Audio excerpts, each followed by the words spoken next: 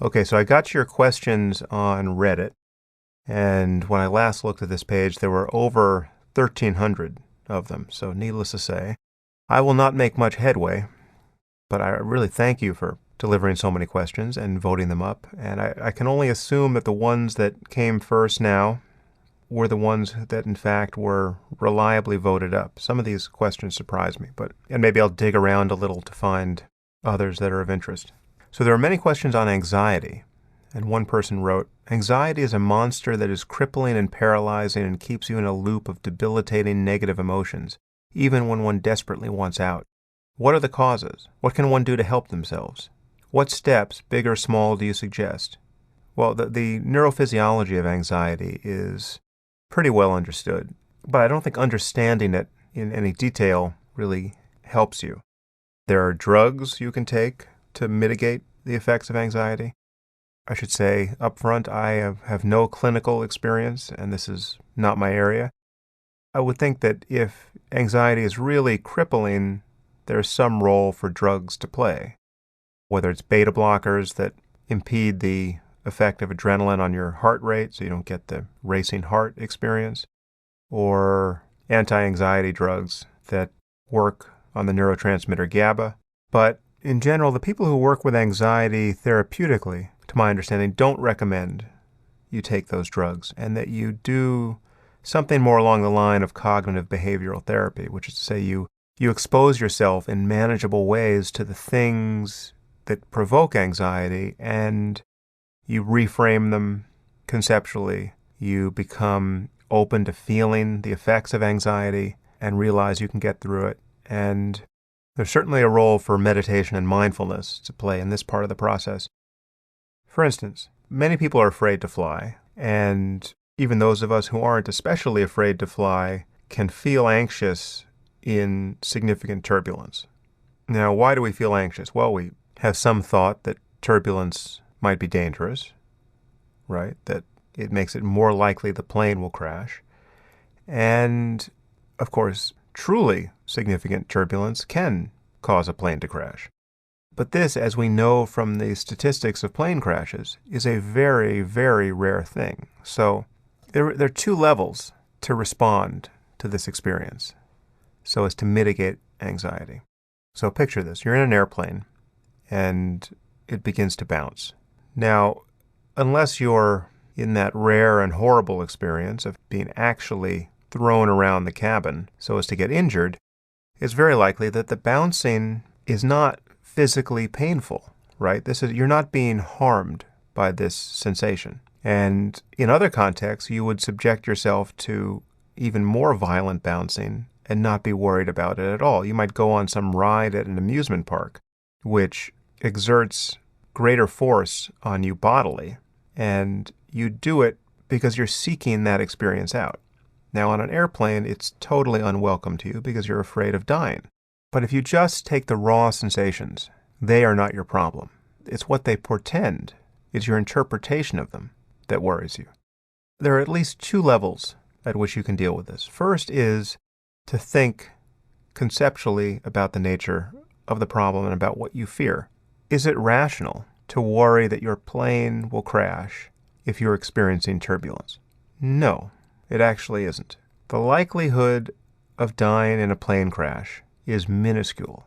Over the course of your journey, you should begin to worry as you leave the airport and get in an Uber or a taxi or drive yourself home in your own car. That's when your risk of mortality begins to peak.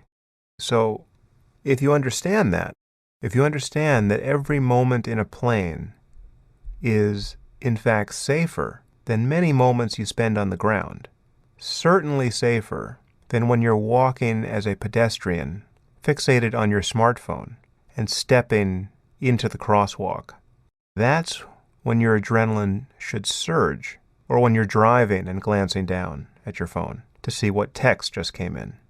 Those are the moments where the sweat should begin beating up on your forehead. So when you're in a plane and it's begun to bounce, it is in fact unreasonable to worry that the bouncing means much of anything. If you understand that, that actually can have an effect. Then you can become willing to just experience the raw sensations of turbulence. then you can cease to interpret the experience as a sign of actual danger. The other level at which you can address this, and these are totally compatible moves, I recommend both of them, is to become mindful of the feeling of anxiety itself. What is it? And what does it mean? Well, it's just sensation. It's just a pattern of energy in your body. And it actually doesn't mean anything at the level of raw sensation. You might have thoughts about it, and very likely much of your thinking in that moment is purposed toward trying to figure out how not to feel that way or not to let it get worse.